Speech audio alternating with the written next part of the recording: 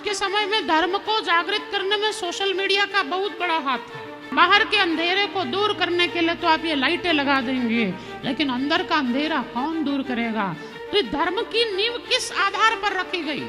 आप सोचें कि ये इनकी महानता है, इनकी कोई महानता नहीं, इनमें कोई दम नहीं है ये सब करने का। सभी जानते हैं कि ये सारा केवल धर्म को नष्ट करने के लिए बापूजी के खिलाफ किया गया षड्यंत्र है। ये जो धर्म की नींव है, ये धर्म की नींव कहां से प्रारंभ हुई? ये धर्म की नींव पूज्य प्रातः स्मरणीय श्री आसाराम जी बापूजी से प्रारंभ हुई। आज के समय में धर्म को जागृत करने में सोशल मीडिया का बहुत बड़ा हाथ है। आज आप अगर किसी शिव महापुराण में बहुत भीड़ देखते हैं या वृंदावन में किसी अमुक संत के पास बहुत भीड़ देखते हैं, तो उसके पीछे आधे से ज्यादा कारण सोशल मीडिया है। यूट्यूबर्स और बहुत सारे चैनल्स, उसके द्वारा यह प्रचार होता है और तब लाखों की भीड़ जुटती है।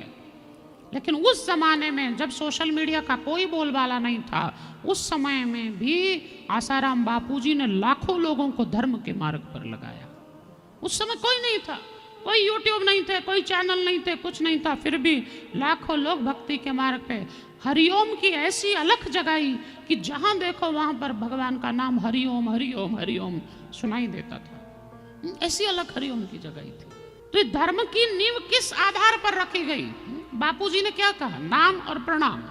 माता पिता को प्रणाम करो, भगवान का नाम। इसलिए भगवान के नाम को आधार में रखकर खूब प्रचार किया गया, खूब भक्ति की जोत जगाई गई। आज दुनिया क्या कहती है हमें से कोई फर्क नहीं पड़ता है। सभी जानते हैं कि ये सारा केवल धर्म को नष्ट करने के लिए बापूजी के खिलाफ किया गया षड्यंत्र है। सारी दुनिया जानती है। लेकिन वास्तविकता को अनुभव में रखते हुए आप अगर सूक्ष्म दृष्टि से चिंतन करेंगे तो विचार करिए, घर घर में धर्म के संस्कार, उस समय जहां धर्म इतना पतन हो रहा था कि अधिकांश लोग यवन बन चुके थे, ईसाई बन रहे थे, उस समय सबसे अधिक धर्म परिवर्तन करके दोबारा अपने हिंदू धर्म में लाकर हिंदू जनजागृति करने का काम किसी ने किया तो पूज्य बापूजी ने किया उस समय। इसलिए बापूजी के यहाँ तो गाया ही जाता था, हाँ? ओ मेरा अंतर तिमिर मिटा, सतगुरु ज्योत से ज्योत जलाओ। आप विचार करें ना, बाहर के अंधेरे को दूर करने के लिए तो आप ये लाइटें लगा देंगे, लेकिन अंदर का अंधेरा कौन दूर करेगा? अंदर का अंधेरा वैसे सदगुरु दूर करते हैं। खुद जैसे प्रकाशमयी ऐसे अपने साधक को भी प्रकाशमयी बनाते। इसलिए सदगुरु वो है। सदगुरु के रंग में रंगने का अर्थ क्या है ना? सदगुरु के उपदेशों को केवल सुनने का नाम नहीं है। सदगुरु के दिए उपदेशों का चिंतन करना, मनन करना, और फिर निधिध्यासन, तीसरा शब्द दिया। निधिध्यासन का अर्थ होता है जो सदगुरु ने आज्ञाएं दी है उन्हें अपने जीवन में उतारना। ये कह रहे थे कल मुझे वहां कि बापूजी ने हमें सिर्फ कहा था कि तुझे गाय रखनी है इनके पतिदेव को, और उन्होंने गाय रखना प्रारंभ किया और 5 गाय से आज इतनी 100-150 गाय की वो अकेले परिवार से सेवा कर रहे हैं।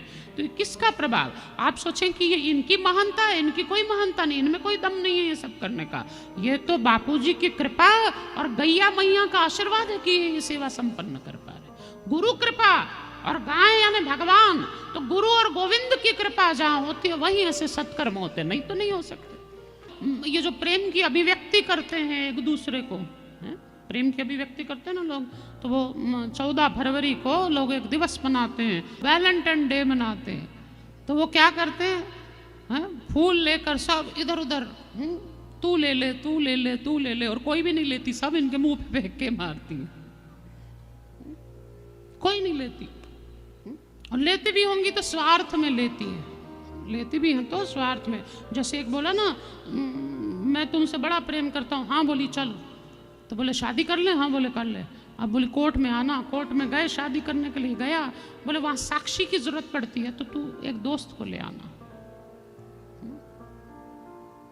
दोस्त को ले आना। अब दोस्त के साथ ये साक्षी के लिए जा रहा था तो कहा एक साक्षी से काम नहीं, वहां 2 विटनेस चाहिए होते हैं। तो बोला ठीक है मैं 2 साक्षी ले आऊंगा। अब दोस्त और ये पहुंचे तो बोला दूसरा साक्षी बोला है? हाँ बोले बुलाया है। बोले किसको बुलाया है? बोले मेरे अंकल को बुलाया। तो बोले अच्छा अंकल बुलाए हैं तुम्हें, अच्छा किया। तो अंकल भी पहुंचे और साक्षी के लिए अब विवाह करने के लिए जाना था। अब थोड़ी देर में तो लड़का उदास हो गया, दूल्हा बड़ा। तो दोस्त ने पूछा क्या हुआ? बोले सब गड़बड़ हो गई। बोले क्यों? बोले उसने मुझे धीरे से पूछ लिया तेरा बैंक बैलेंस कितना है। धीरे से मुझे पूछा तेरा बैंक बैलेंस कितना है। तो मैंने उसको बोल दिया मेरा बैंक बैलेंस नहीं है, पर अंकल के खाते में बहुत पैसा है, 50 लाख रुपया अंकल के खाते में पड़ा है। तो बोले फिर क्या है? अच्छा तो हुआ।